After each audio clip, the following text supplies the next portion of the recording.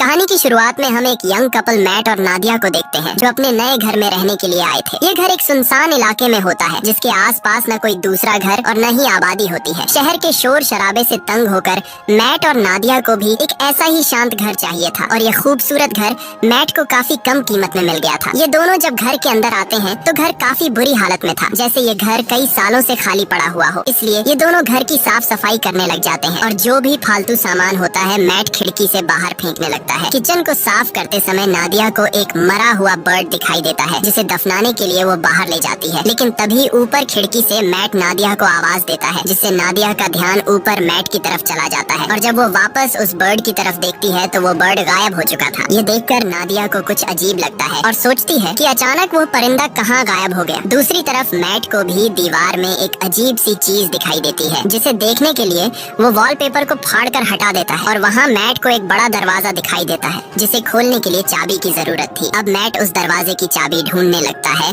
और उसे बाहर फेंकी गई कबाड़ में चाबी मिल जाती है, जिसके बाद वो चाबी को दरवाजे के होल में डालकर दरवाजा खोल देता है। यहाँ नादिया भी पहुँच जाती है। ये दोनों देखते हैं कि अंदर एक काले गहरे अंधेरे वाला कमरा है और जैसे ही ये दोनों उस कमरे के अंदर जाते हैं तभी बाहर की लाइट्स अचानक ब्लिंक करने लग जाती है। ये देखकर इन दोनों को कुछ गड़बड़ महसूस होती है और इस प्रॉब्लम को दूर करने के लिए मैट कहता है कि हमें एक इलेक्ट्रिशियन को बुलाना चाहिए। ये कहकर वो वहाँ से चला जाता है और नादिया उस रूम के पास अकेली रह जाती है। नादिया अब सोचती है कि उसे इस रूम में जाना चाहिए या फिर नहीं, लेकिन फिर नादिया को कुछ अजीब सा डर महसूस होता है, इसलिए वो भी मैट के पीछे चली जाती है। इस तरह से रात गुजर जाती है और अगले दिन नादिया एक इलेक्ट्रिशियन को कॉल करती है। कुछ देर बाद लाइट्स ब्लिंक होने की प्रॉब्लम को दूर करने के लिए एक इलेक्ट्रिशियन आता है जो कि घर की लाइट्स को चेक करते हुए नीचे बेसमेंट में पहुंच जाता है और वहाँ का नजारा देखकर वो हैरान रह जाता है क्योंकि पूरा का पूरा बेसमेंट बिजली के वायर से भरा पड़ा था और कोई भी ऐसा कोना नहीं था जहाँ पर वायर्स न हो। ये वायर्स काफी पुराने जमाने की लग रही थी और इलेक्ट्रिशियन भी कहता है कि मैंने आज तक इस तरह की चीजें कभी नहीं देखी। खैर, इलेक्ट्रिशियन जैसे तैसे करके घर की लाइट चालू करके जाने लगता है और जाते समय वो मैट से कहता है कि आखिर तुमने यह घर क्यों खरीदा? इस घर के पहले मालिक का मर्डर इसी घर में हुआ था और उस दिन के बाद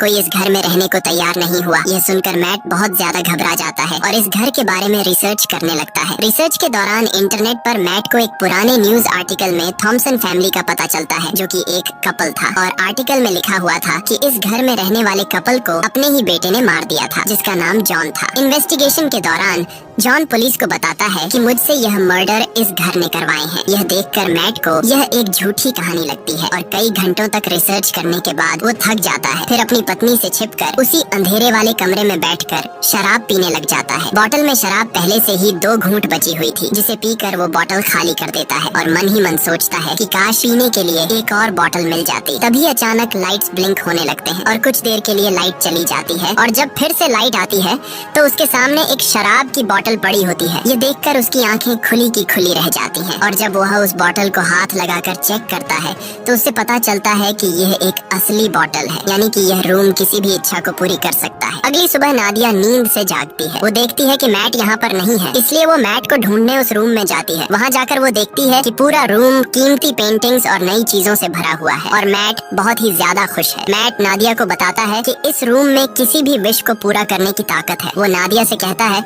कि तुम्हें जो भी चीज चाहिए बस अपने दिल से मांगो और वो तुम्हारे सामने हाजिर हो जाएगी। ये सुनकर नादिया को मैट की बातें एक मजाक लगती हैं, इसलिए वो मैट पर हंसने लगती है, लेकिन मैट कहता है कि तुम एक बार ट्राई तो करो। तब नादिया कहती है अच्छा ठीक है, मुझे इस वक्त जॉब की जरूरत है तो मैं वो मांग लेती हूँ। तब मैट उसे समझाता है कि ये रूम जॉब नहीं दे सकता, तुम इससे कोई चीज मांगो। जिसके बाद नादिया आंखें बंद करके $1000 की विश करती है और पलक झपकते ही उनके पास $1000 आ जाते हैं। लेकिन अब भी नादिया को पूरी तरह से यकीन नहीं होता, इसलिए वो दोबारा $1 मिलियन की विश करती है और पहले की तरह इस बार भी उन्हें $1 मिलियन मिल जाते हैं। अब नादिया को भी यकीन हो जाता है कि यह रूम कोई नॉर्मल रूम नहीं बल्कि हर एक ख्वाहिश को पूरा करने वाला रूम है। और बस फिर क्या, ये लोग उस रूम से एक के बाद एक महंगी चीज मांगते हैं और वो चीज उनके सामने हाजिर हो जाती है। ये लोग महंगी wines, expensive clothes, diamond, gold, खाने पीने की चीजें और ढेर सारे पैसे इकट्ठा कर लेते हैं। ये दोनों रातों रात मिलियनेयर बन जाते हैं और खुशी खुशी उनकी जिंदगी गुजरने लगती है। रात को नादिया मैट से पूछती है कि आखिर ये रूम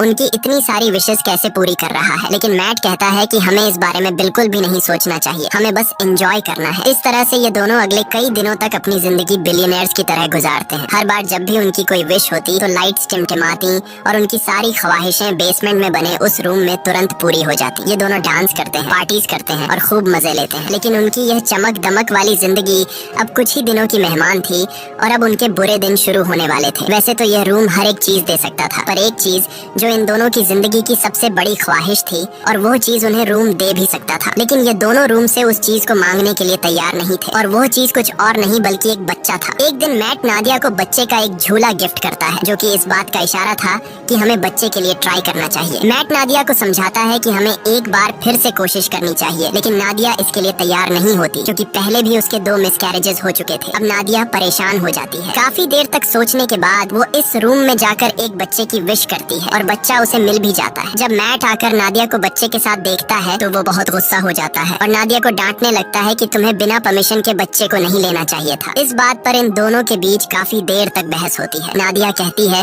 कि उसने यह शॉर्टकट इसलिए अपनाया ताकि मिसकैरेज या लेबर पेन की तकलीफें उसे न झेलनी पड़े। वो कहती है कि हम दोनों इस बच्चे के साथ बहुत खुश रहेंगे, पर मैट इस बच्चे को एक्सेप्ट करने के लिए तैयार नहीं था और वो नादिया से कहता है कि तुम उस रूम में जाकर रूम से इस बच्चे को वापस लेने की विश करो। अब नादिया न चाहते हुए भी उस रूम में आती है और बच्चे को गायब करने की कोशिश करती है, पर वो ऐसा नहीं कर पाती, इसलिए वो बच्चे को मैट के हवाले कर देती है। अब गोद में बच्चे को लेकर मैट भी इमोशनल हो जाता है और वो भी उस बच्चे को गायब करने की विश नहीं कर पाता और बच्चे को वापस नादिया की गोद में डाल देता है। अब ये दोनों फैसला कर लेते हैं कि इस बच्चे को पालेंगे और इस तरह से ये दोनों एक बच्चे के पेरेंट्स भी बन जाते हैं। अब बच्चे को लेकर नादिया तो काफी खुश थी, पर मैट को इस बच्चे से बिल्कुल भी लगाव नहीं था और मैट इस रूम के बारे में और जानकारी हासिल करना चाहता था, इसलिए वो फिर से रिसर्च करने लग जाता है और उससे पता चलता है कि वो लड़का जिसने इस घर के ओनर यानी अपने माँ बाप को मार दिया था वो अभी भी जिंदा है और एक मेंटल हॉस्पिटल में जिंदगी बिता रहा है। यह जानने के बाद मैट अपने विश के जरिए मांगे गए पैसों के ढेर से कुछ पैसे अपनी पॉकेट में रखता है और जॉन से मिलने के लिए निकल पड़ता है। हॉस्पिटल पहुंचने के बाद नर्स मैट से पूछती है, क्या तुम एक रिपोर्टर हो? क्योंकि पिछले 45 सालों से जॉन के लिए कोई भी परिवार का बंदा नहीं आया। ये सुनकर मैट झूठ बोल देता है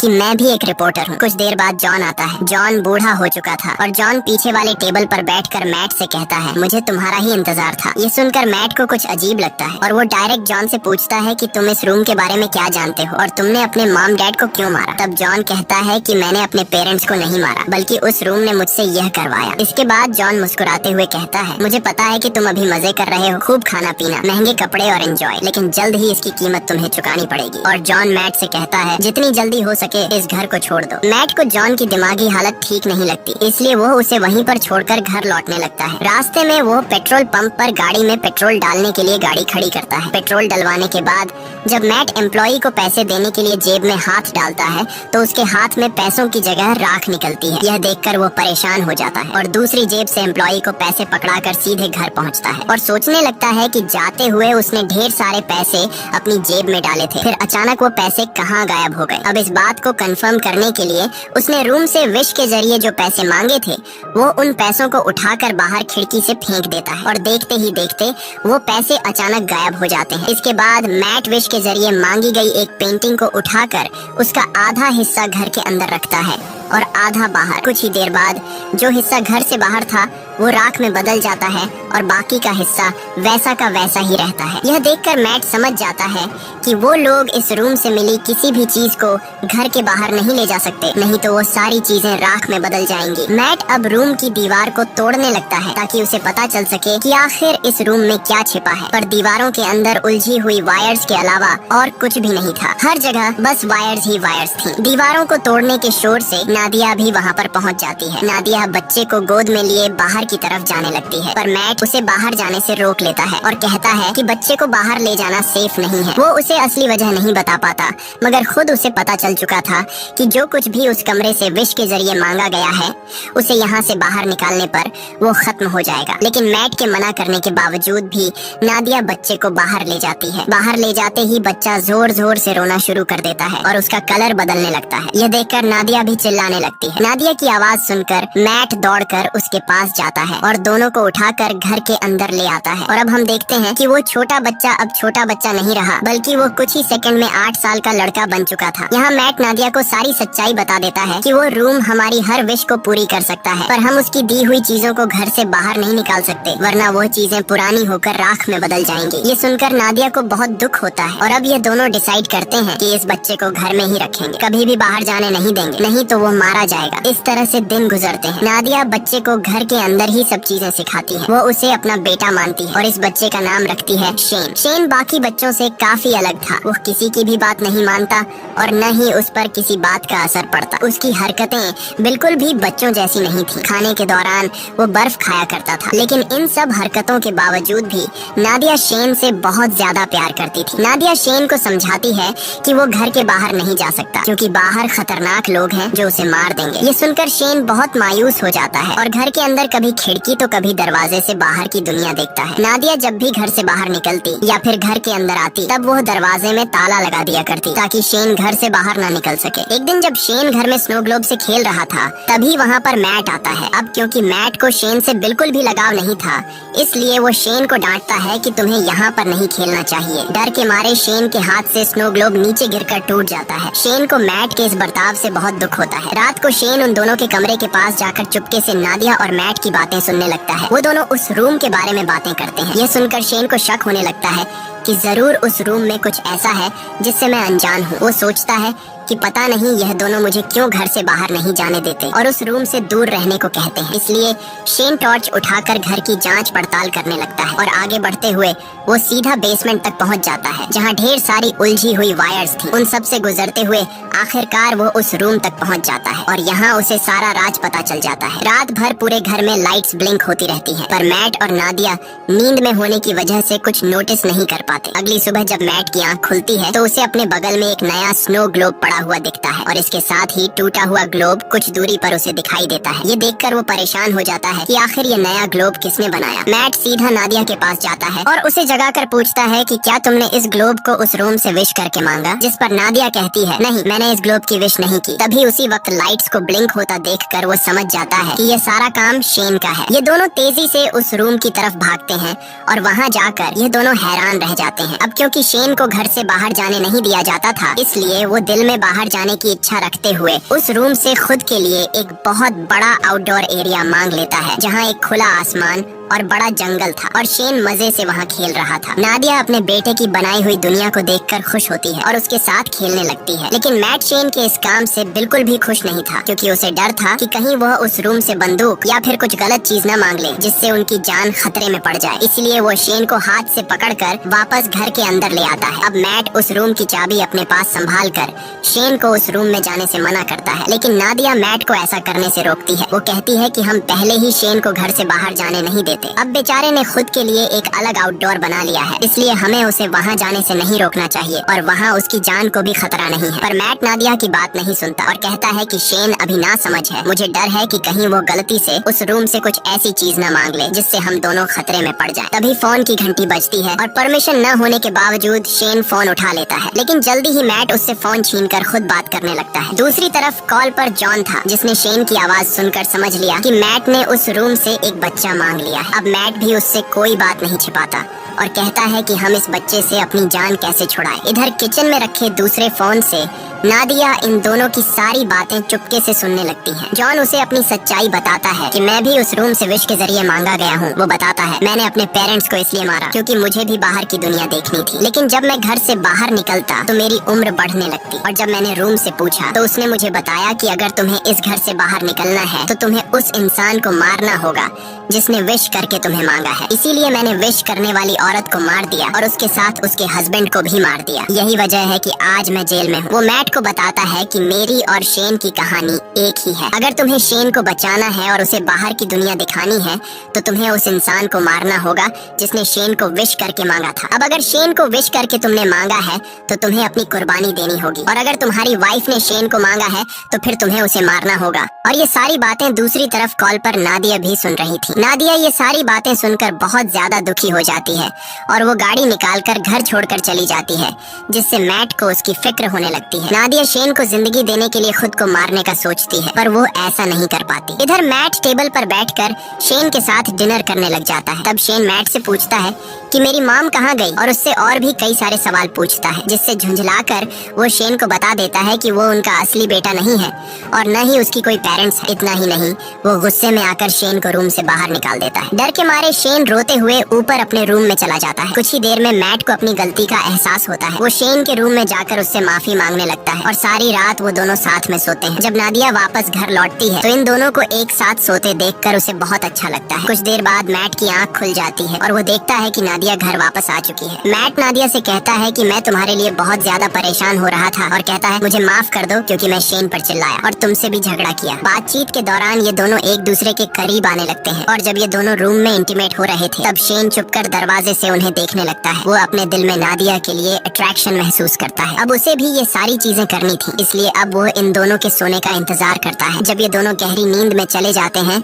तब शेन चुपके से आकर मैट की पॉकेट से घर के बाहर जाने की चाबी चुरा लेता है। अगले दिन सुबह मैट और नादिया फ्रंट डोर को खुला देखकर समझ जाते हैं कि शेन घर से बाहर निकल गया है, इसलिए उन्हें डर था कि कहीं वो मर न गया हो। लेकिन तभी घर के एक अलग हिस्से में शेन को देखकर दोनों हैरान हो जाते हैं क्योंकि शेन अब जवान और ताकतवर हो चुका था। वो अपने पेरेंट्स की तरफ गन पॉइंट करके उन्हें धमकाता है। तब नादिया उसे समझाने की कोशिश करती है। इसी बीच मैट शेन पर हमला कर देता है और दोनों में फाइट होने लगती है। लेकिन उनकी फाइट के दौरान नादिया को धक्का लगता है जिससे वह नीचे गिरकर बेहोश हो जाती है। कुछ देर बाद मैट उसे जगाते हुए बताता है कि शेन को गलती से गोली लगने की वजह से वो मर गया। ये सुनकर नादिया रोने लगती है। मैट उसे तसल्ली देकर वापस घर में ले आता है और यहाँ आता है कहानी में सबसे बड़ा ट्विस्ट, क्योंकि अभी जो मैट नादिया को उठाकर घर लेकर गया वो असल में मैट नहीं बल्कि शेन है। इधर दूसरे रूम में जहाँ उनकी फाइट हुई थी असली मैट होश में आ जाता है और पूरे घर में अपनी वाइफ की तलाश करता है। तभी लाइट्स को फिर से टिमटिमाते देखकर वो उस रूम की तरफ जाता है, पर वहाँ भी उसकी वाइफ नादिया मौजूद नहीं थी। इधर नादिया को बिल्कुल भी खबर नहीं थी कि इसके साथ बैठा हुआ आदमी मैट नहीं बल्कि शेन है। लेकिन नादिया को भी मैट में कुछ बदलाव नजर आता है और जल्द ही उसकी बर्फ खाने की आदत से नादिया को पता चल जाता है कि ये मैट नहीं बल्कि शेन है जिसने रूम से विश करके अपने आप को मैट का रूप दे दिया है। दूसरी तरफ असली मैट समझ जाता है कि वो अकेला इस घर में फंसा है। शेन ने उसकी वाइफ को इस घर से किसी दूसरे घर में विश के जरिए शिफ्ट कर लिया है। अब वो इस घर से बाहर निकलने के लिए पूरी ताकत लगाकर दीवार को तोड़ने लगता है और आखिर सारे वायर्स को पार करके वह उस रूम तक पहुंच जाता है जो कि अब एक जंगल था जहां ढेर सारे ऊंचे ऊंचे पेड़ थे। वहां जाकर मैट को पता चलता है कि शेन ने रूम का यूज करके इस जगह को काफी बड़ा कर लिया था और वहां शेन ने उन्हीं की तरह एक डुप्लीकेट घर भी बना लिया था। वो यह भी समझ चुका था कि शेन ने उसका रूप नादिया को किडनैप करके इस डुप्लीकेट घर में रखने और अकेले में उसके साथ फिजिकल होने के लिए किया था। ये ख्याल आते ही अपनी बीवी को वापस पाने के लिए मैट उस जंगल में दौड़ते हुए फाइनली उस डुप्लीकेट घर के अंदर पहुंच जाता है जहां शेन नादिया के साथ जबरदस्ती करने की कोशिश कर रहा होता है। मैट को अंदर आते देखकर शेन फिर से लड़ाई के लिए तैयार हो जाता है। अब यहाँ नादिया भी पहचान नहीं पाती कि असली मैट कौन सा है क्योंकि वो दोनों बिल्कुल सेम टू सेम थे। और यहाँ ये दोनों नादिया से कहते हैं कि मेरे साथ चलो। अब नादिया समझदारी से काम लेते हुए शेन का नाम लेती है, जिसे सुनते ही शेन उसकी तरफ देख लेता है और नादिया को समझ आ जाता है कि यह शेन है। जिसके बाद वो शेन को धक्का देकर नीचे गिरा देती है। जमीन पर गिरते ही वो अपने असली रूप में आ जाता है। उधर मैट और नादिया रूम से बाहर निकलने की कोशिश करते हैं पर निकल नहीं पाते क्योंकि शेन ने रूम से उनके इसी घर में फंसे रहने की विश मांगी हुई थी। लाख कोशिशों के बाद भी जब वो लोग घर से नहीं निकल पाते तो मैट रुक जाता है और वहाँ से निकलने का कोई तरीका सोचने लगता है। यहाँ मैट होशियारी से एक ऐसी विश करता है कि हम दोनों का नया रूप इस घर के अंदर ही रहे और हमारा असली रूप इस घर से बाहर चला जाए। तभी अचानक वहाँ पर शेन भी आ जाता है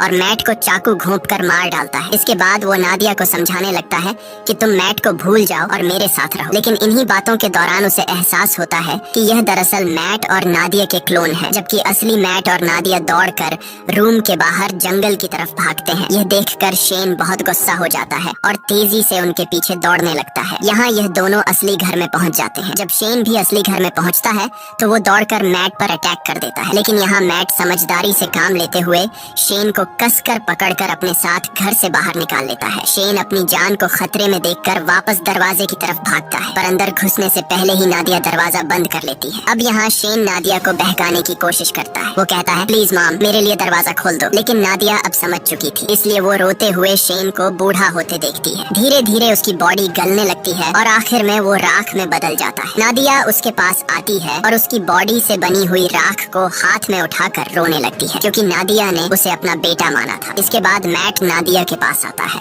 और दोनों एक दूसरे को गले लगा लेते हैं। अब सीन शिफ्ट होता है और हमें कुछ महीने बाद का सीन दिखाया जाता है, जहां मैट और नादिया एक छोटे से घर में सेटल्ड हो जाते हैं और सुकून से रहने लगते हैं। पर थोड़े ही दिनों बाद नादिया डरते हुए अपना प्रेगनेंसी टेस्ट करती है और रिपोर्ट पॉजिटिव आती है, यानी अब इन दोनों का खुद का एक बेबी आने वाला है। इसी के साथ ये कहानी खत्म हो जाती है। अगर आपको ये वीडियो अच्छी लगी हो तो हमारे चैनल को सब्सक्राइब और वीडियो को लाइक जरूर कीजिएगा।